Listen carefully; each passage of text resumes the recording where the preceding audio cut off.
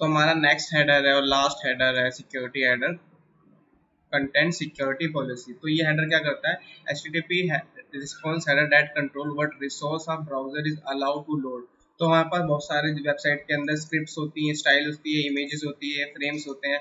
तो इसकी मदद से हम इस सबको मैनेज कर सकते हैं कि हमें जो अपनी वेबसाइट के अंदर कौन कौन सी स्क्रिप्ट लोड करनी है, या हमें कोई बाहर से या किसी दूसरे वेबसाइट से हमें स्क्रिप्ट्स या CSS लोड करनी है। तो इस वजह से हम अपना कंट्रोल कर सकते हैं पूरा रिसोर्सेज।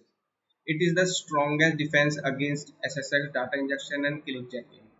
तो इसकी जो जो जो हेडर्स होते हैं उसको ऐड करने के लिए सिंपली ऐड करना पड़ता है हेडर्स, ऐड हेडर्स और कंटेंट सिक्योरिटी पॉलिसी। देन उसके बाद ही हमारे बहुत सारे ऑप्शंस होते हैं। तो पहला ऑप्शन होता है डिफ़ॉल्ट SRSC सेल्फ, मतलब कि जितने भी हमारे रिसोर्सेज हैं हम अपने सबको अप्लाई कर देते हैं। सेल्फ का मतलब हमारे ही डोमेन के लिए अप्लाइड है, मतलब अब स्क्रिप्ट है, स्टाइल है, इमेजेस है, फ्रेम्स है। इसकी वजह से हम अपने इस हेडर के अंदर हमने जितने भी वेबसाइट के अंदर रिसोर्सेज है उसको अलाउ कर दिया। उसके बाद आता है स्क्रिप्ट सोर्स, सेम ऐसी स्टाइल SSS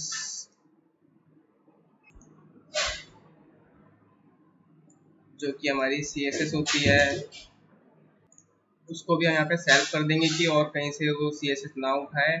और अगर हम कोई बाहर की किसी और वेबसाइट की अगर हम CSS या फॉन्ट API यूज़ कर रहे हैं तो हम यहाँ पे भी ऐड कर सकते हैं। और अगर हमें कुछ भी अलाउ नहीं करना तो हम डाल देंगे नन।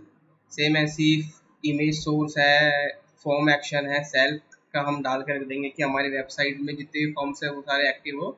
बट और अगर हमें दूसरी वेबसाइट में सबमिशन फाइल फॉर्म सबमिशन डालना है तो यहाँ पे अपना उस वेबसाइट को हम यहाँ पे ऐड कर देंगे।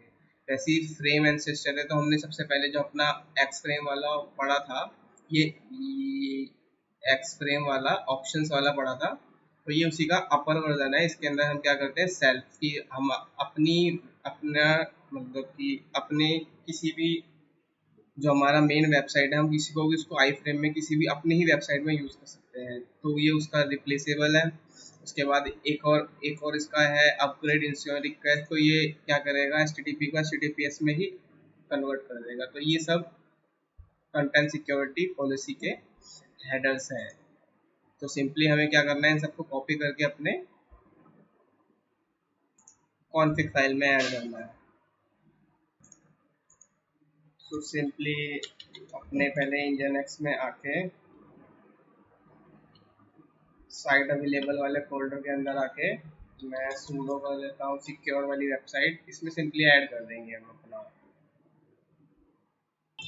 तो मैंने यहाँ पे अपना हेडर ऐड कर दिए। तो सिंपली अपने फाइल को सेव कर देंगे, nginx टेस्ट कर लेते हैं, सर्वर को कर लेते हैं अपने को रीलोड।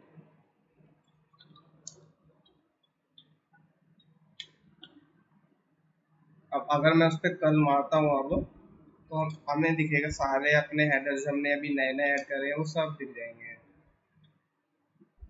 Secure unemployed works.